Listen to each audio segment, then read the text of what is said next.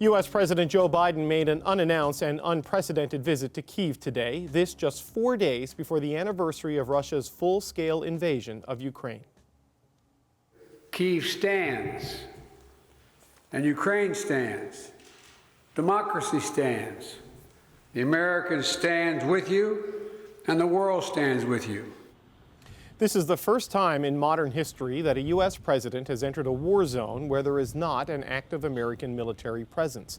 Biden's surprise visit signaled the U.S.'s continued support for Ukraine, as speculation is mounting that Moscow will soon launch a major new offensive.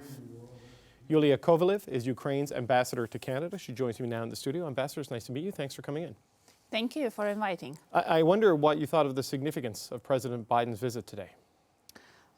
First of all, that is the first visit of President of United States for the last 15 years of Ukrainian history, and especially now when we are almost at the 1 year of the full-scale Russian invasion. And of course, it's a very important visit for us. That's important because it shows the steadfast support of U.S. being the country who supports Ukraine the most, whether it's financial support, whether it's military support, whether it's sanctions over Russia. And of course, this support shows to our government and also to all the people of Ukraine that U.S. is standing with us. How important do you think it was for people in Ukraine to see Joe Biden there with this anniversary coming up? It was actually in the morning when many streets in Kyiv were full of corks. There was almost the city was stopped in the traffic jam. And of course, that's where the people started to think that someone important is coming to Kyiv. And then seeing President Biden both in Mariinsky Palace, where he was welcomed by President Zelensky, but also walking on the streets of Kyiv, visiting the place where we commemorate today the the Holy 100, that is the 100 Ukrainians that died on Maidan Square 9 years ago in our fight for the European future of Ukraine. So this is very remarkable for us. His visit comes, it coincides with fresh warnings from the U.S. Secretary of State Antony Blinken that China may be poised to send lethal military aid to Russia. What's your reaction to that development? We are actually working with all of our partners just to explain how important it is to support us and to join the broader coalition, the countries that support Ukraine, and also understanding that what is the reality now. Now there are just few countries, including Iran and including North Korea, that are supporting Russian regime with some military support. And that shows, how big the Russian problem is, how good the sanctions are working, because actually Russia is not able to produce as much military as they need for fighting more in Ukraine. But also, I would put that way, and if we come back to President Biden's visit today, Ukraine is not only prepared for, it's being and preparing for the potential Russian offensive operations, but we are also preparing for the counteroffensive operation that we showed last year we are able to do, and that is the key goal of Ukraine, just to restore our sovereign territory. You mentioned Iran and North Korea as two regimes that are supporting Russia, but if China were to get involved, it can bring a level of financial and military capacity that those countries simply cannot. So I just wonder, if China were to ignore the warnings from the Secretary of State, how might that change things on the battlefield? There are a lot of things that for over 12 months that the world was kind of afraid, that the world was concerned of. But for us Ukrainians, it's still the goal to liberate our territories. It's still to kick off Russia from our sovereign borders. And it still just gives us the more arguments to our partners to provide us with more weapons and to provide us quicker with those weapons, so we would be ready and capable to liberate our territories. So the warnings about China's possible interventions, your call for more weapons, your request for fighter jets have not yet been answered. Can Ukraine take back its territory without the firepower of jets? Ukraine has, of course, if we come back, of course, yes.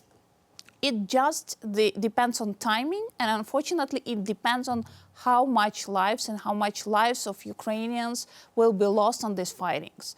And we see how the situation was the supply to Ukraine with weapons evaluated from February 21st last year, when nobody was even eager to talk about the tanks, to talk about the air defense, to talk about long-range weapons, to armed vehicles. And all of these weapons are now, the NATO standard weapons, are now in Ukraine or like in the process of being delivered to Ukraine. So now it's all, I would say it's only the matter of timing when these decisions will be made. Do you think there's a reluctance, though, because fighter jets they have tremendous offensive capacity, more so than a tank. They could strike deep into Russian territory, and NATO has made the point it wants to avoid escalating and getting into a broader war. Do you think the reluctance on the fighter jets is expense and also because of that potential capacity? So what Ukraine has been saying that we are using the weapons which our partners are providing us to liberate our territories. That's it. Another thing is, of course, for fighter jets, there is an objective thing that it requires the training. The pilots need to be trained for using these aircrafts. And of course, if we would have started this training 6 months ago, now the argument on the table that it requires another 9 months or 12 months of the training will be out of the table. So the timing is there essential, and we are working with the partners. We are our Minister of Defense on the Rammstein. This is the coalition of our partners where they discuss the needs of the weapons deeply on the professional level. That's where Ukrainian is explaining why we need them. And we need to actually to be able to protect our sky from all of the missiles. They unfortunately are flying. And even when President Biden was in Kyiv, there was the siren alarming about the potential threats from the air.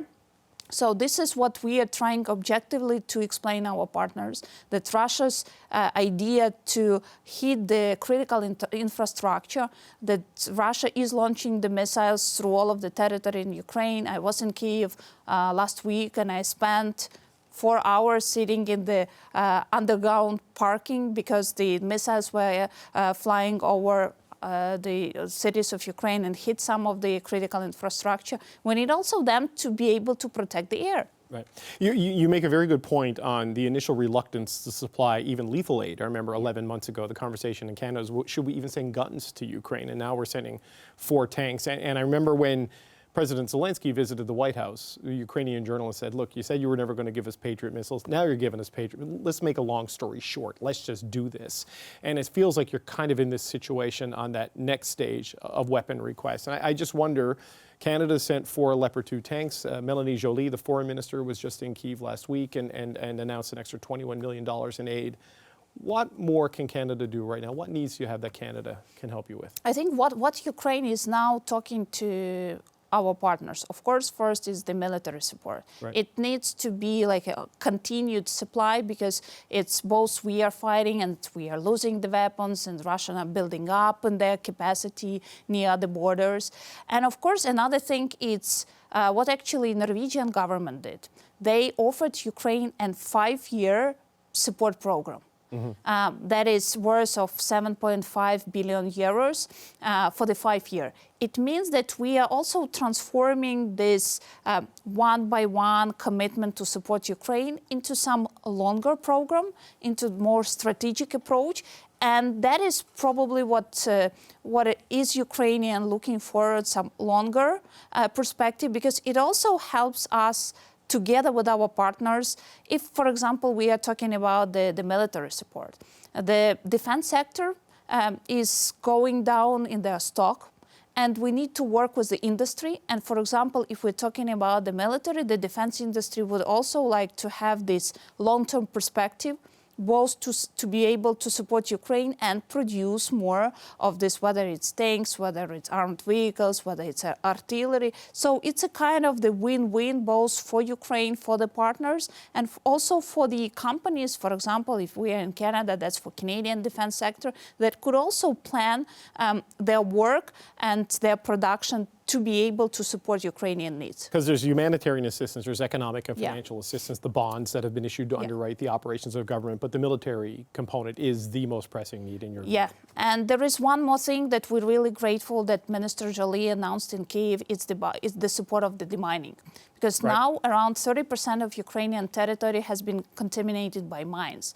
And that it also affects on the global food security, because the Ukrainian fields are with the mines. Ukrainian cities, the villages, especially in south part of Ukraine, liberated, there is just dangerous for civilians to live there. So demining, it will take time, it will take years, and we do value the leadership of Canada and Canadian government helping us to deal with demining. Okay. Ambassador, it was nice to finally meet you. Thanks so much for coming in. Thank you. That's Yuliya Kovaliv. She is Ukraine's ambassador to Canada.